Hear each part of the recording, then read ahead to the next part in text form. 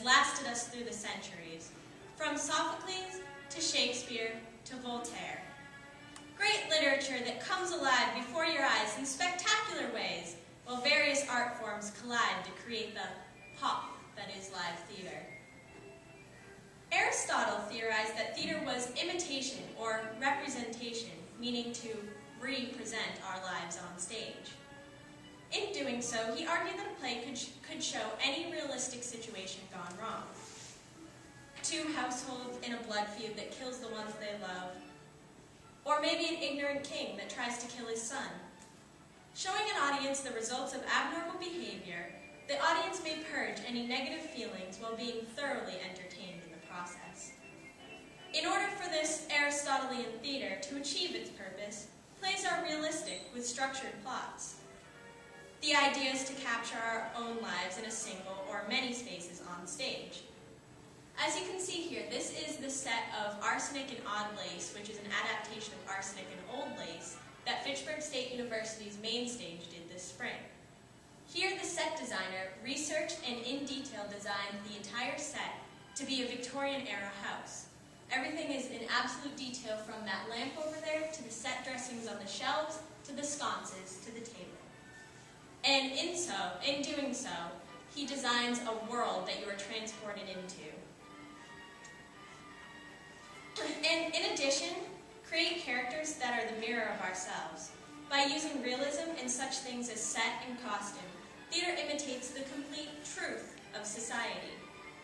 Another key aspect of this theater is that a play should follow a common plot structure, with an exposition to introduce the play, a complication that presents the audience with their situation gone wrong, which leads to a crisis that the characters eventually solve, bringing us to the resolution and the answer to the audience's questions or feelings. This is the theater in the traditional sense, and what American theater was grounded in up until the 1940s and early 50s, until the postmodern era.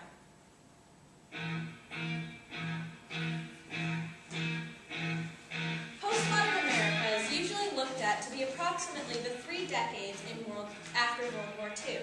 During this time, tradition took a backseat as new ideas and products came out all over the world due to these exciting and innovative times.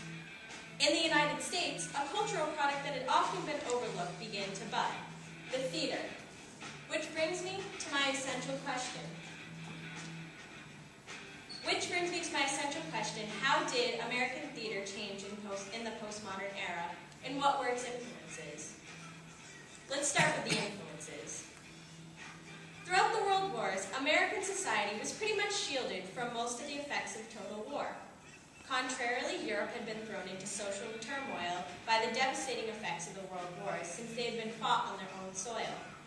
Thus, Europe began questioning reality far before the United States, which caused European theater to stray from the traditional, serving as a great influence to later American theater. I'd say the most influential of European playwrights was Bertolt Brecht, the founder of Europe's epic theater. Brecht believed that the purpose of the theater was not just to entertain the audience, but more to make them think. Brecht rebelled against traditional realistic theater because the problem with realism was that it tried to address problems on stage, not interpreting or exposing the problems to the audience. Brecht, however, countered with anti-realistic plays that defied realism's tendency to bring a solution to the play and return social order. Instead, Brecht would commonly end his plays with questions, giving no solutions as to make the audience think. Also, in an effort to arouse the audience's minds, Brecht put into use this idea of an alienation effect. Brecht thought that the audience would always get too absorbed in the world of the play and end up missing the point or not really thinking about the meaning. To avoid this, Brecht would often alienate the audience, never letting them forget that they are in fact the audience and that this was a play that they were watching. To produce this effect, actors in his plays would break the fourth wall, which is the invisible boundary between the audience and the stage, by talking to the audience, holding up signs, or not blocking out the stage during scene changes. As you can see here, this actor from his 1935 play, The Mother, is addressing the audience directly in his monologue. In addition, His plays would often be minimalistic in set and costume. In this way, Brecht was one of the many playwrights that revolutionized European theater. From there, American directors brought back the innovative staging of European plays to the United States. As you can see, new theatrical advances emerged from Europe due to its faltering society. Though the United States did emerge from the world wars in better standing than Europe, postmodern times were full of doubt and fear for American society. In defense of the American dream and all its ideals, the U.S. entered the Cold War in Vietnam to fight off communist enemies. However, the fight against communism created more confusion for American society. The American dream of capitalist success, happiness, and freedom was crashing down. Products of this anxiety-filled age, two popular playwrights in the postmodern era challenged the American dream in their plays, Tennessee Williams and Arthur Miller. For Williams, a dominating message in his work was the idea that capitalism's competition with obsession and material success ruined the individual's artistry and emotion. He also believed that capitalism made the American dream impossible because it promoted an elite class in conformity of the masses. His 1945 play, The Glass Menagerie, brings up the issue that America's move to industrialization left people struggling. By setting a single mother with her two grown children in a cramped apartment, Williams shows the misery that America moved to during the rapid industrialization period. Throughout the play, The Glass Menagerie's characters are swept up in America's capitalist society and overwhelmed, emotionally destroyed, as Williams points out the flaws of capitalism.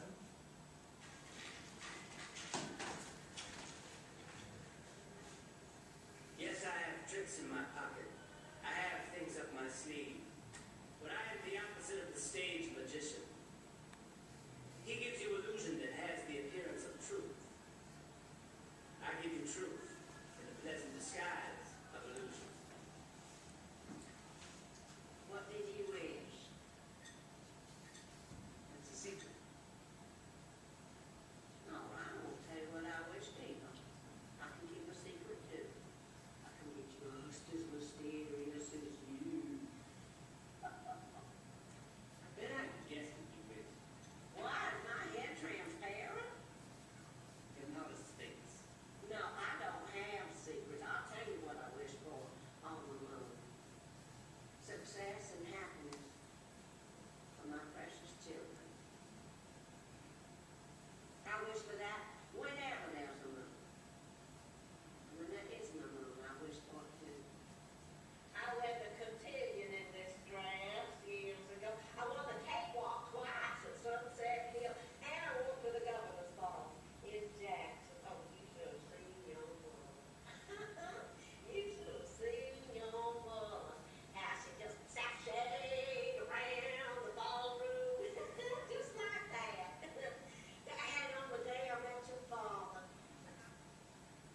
Did anybody ever tell you that you were pretty? Well, you are. And in a different way from anybody else, and all the nicer because they're different. Ah, boy, I wish you were my sister. I'd teach you to have some confidence in yourself. Being different is nothing to be ashamed of. Because other people are not such wonderful people. They're 100 times 1,000. You're 1 times 1. They walk all over the earth, you just stay here. They're common as weeds, but you?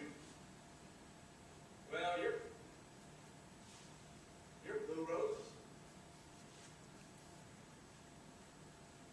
But I'm not patient. I don't want to wait till time comes. And I'm about to move. Move. Yes, When? soon. Where?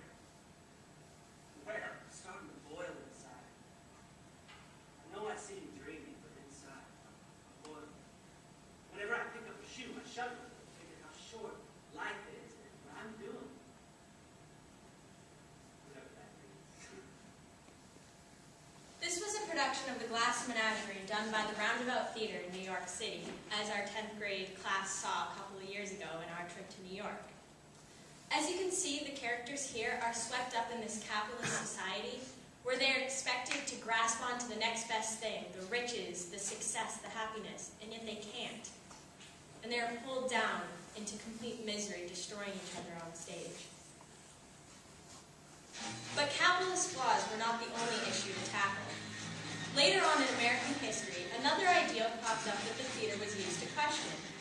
This was the American fight against the evils of socialism, which resulted in a political movement called McCarthyism.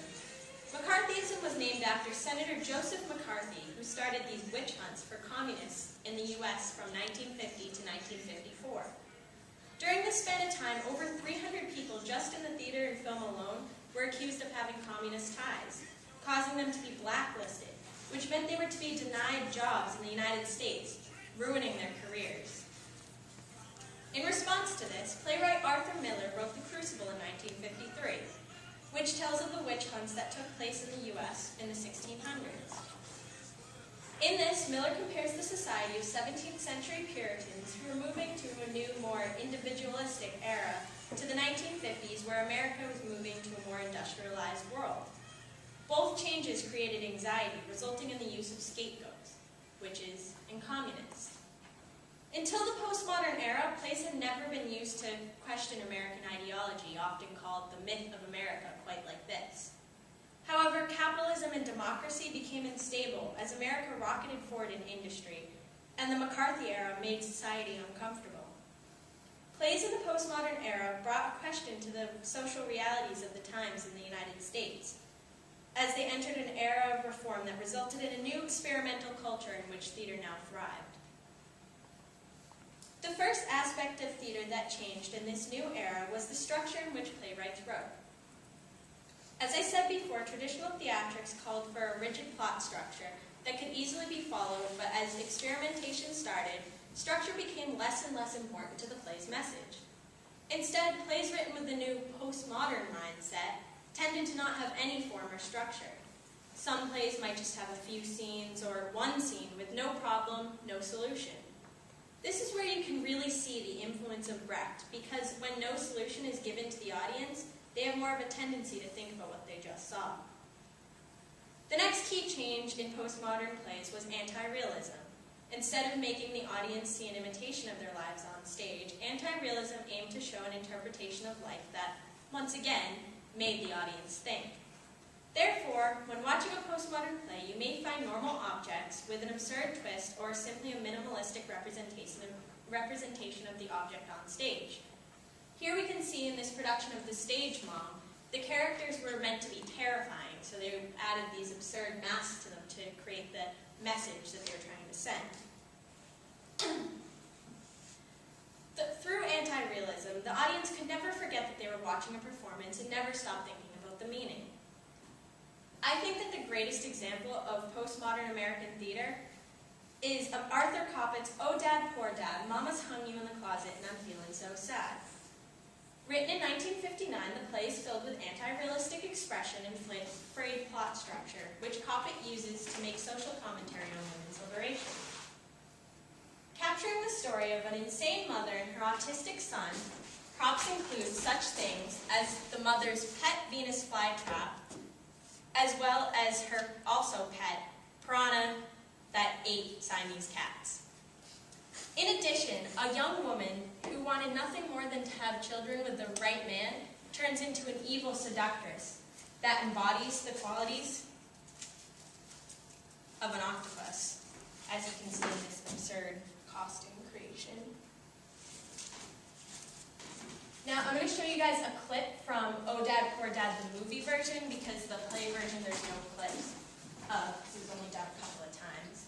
I think in this clip you'll see the absurdity of the main character, Madame Rosepetal, who is the insane mother. You guys enjoy it? Madame is wondering what's to be done about that vulgar shaft of sunlight. And it's certain that her instructions included a black velvet drape over every window in her room. Will the boys have to put it up yet? See that they do.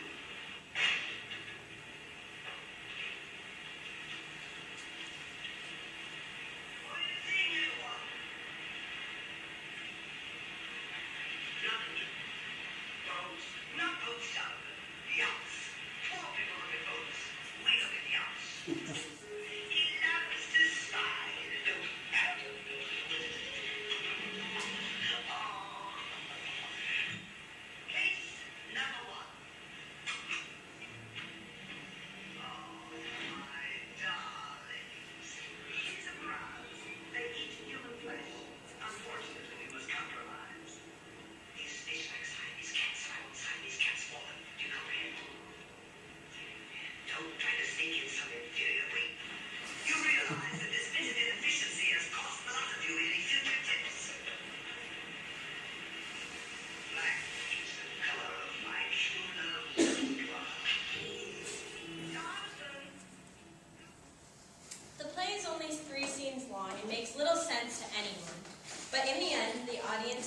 question the stability of women.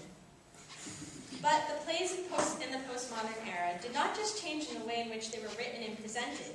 Who was presented to and by changed as well.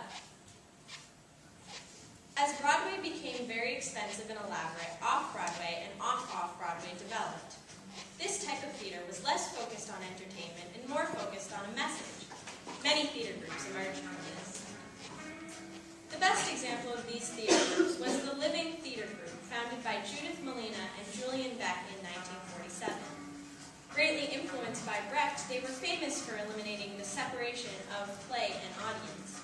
The group became famous with their first experimental play, Jack Gelber's The Connection, which is a fascinating play within a play, where a producer comes on stage with several heroin addicts, saying that they were to be in a live documentary in return for heroin. The heroin was to be delivered by a man called the Cowboy at some point. Act 1 was simply comprised of the addicts waiting for him. Then, during the intermission, the actors went out to the audience to beg for money. Finally, in Act 2, they get their heroin from the cowboy. For the audience, it all seemed incredibly real-life and created a serious emotional reaction.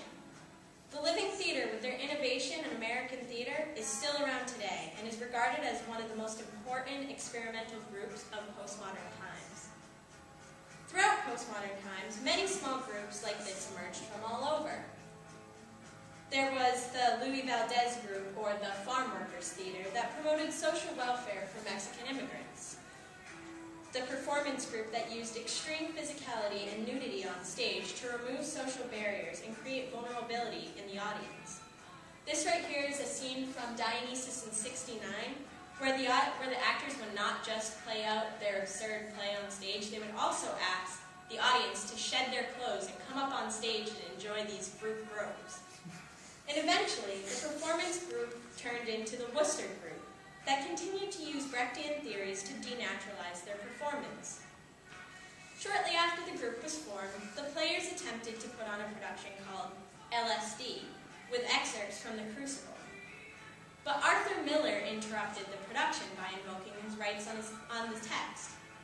This was a huge deal and quite ironic, for he was censoring the theater when The Crucible attacks the idea of censorship. And so the group created a new piece that used just the high points, as they called it, of The Crucible. And when any lines from The Crucible appeared, they were bleeped out to make commentary on censorship. Together, these theater groups and those like them made up the revolution that was postmodern American theater.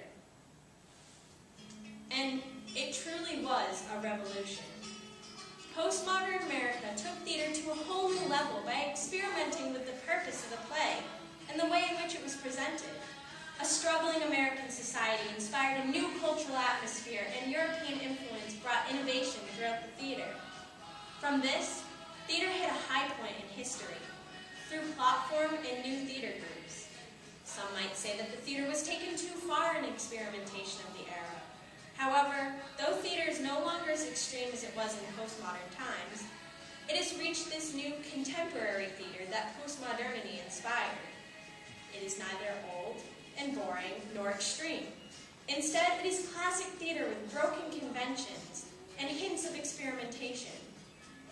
Theater is now ascending from its climax in history, and the great work that we see today is all due to postmodernity, the pinnacle of American theater. I'd like to thank, even though he's not here, my mentor Richard McElvain, my advisor Lynn Nemi, Jesus, I don't think I need to explain who he is, Chris Milko and Scott Higgins, my mother and father, Emily Austin Bruns, Stephanie Powers, my teacher for senior seminar and first semester, Lou Giancola for helping me hang the lights last minute, and Krystal Dawson, my dog, for keeping me happy, as always.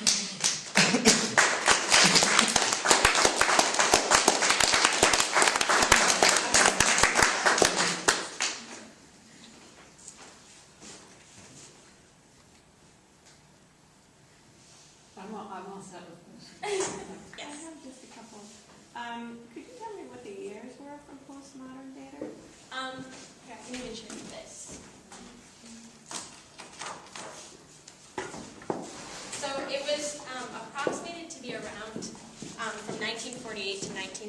1945, the end of the Vietnam War. And it pretty much started with the couple of years after World War II ended.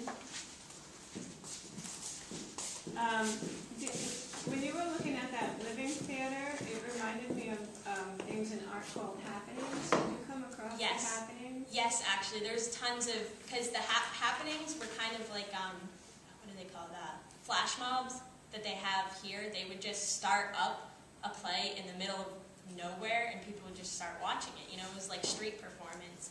And often the plays had really, really powerful messages that applied to directly where they were. So yeah, there was tons of happenings in the theater. Is anything being done now considered postmodern, or are we past that? There's definitely, like, there's a lot of, as far as plays being written, they use, like, some, like, abstract concepts, and, like, they use a lot of, minimalism is huge in the theater now, because it's less expensive. So, yeah, they use those parts of it, but besides actually, like, putting on a production of one of those plays that was written in the postmodern era, no one really writes plays in those ways. No one takes off their clothes on stage or anything. Is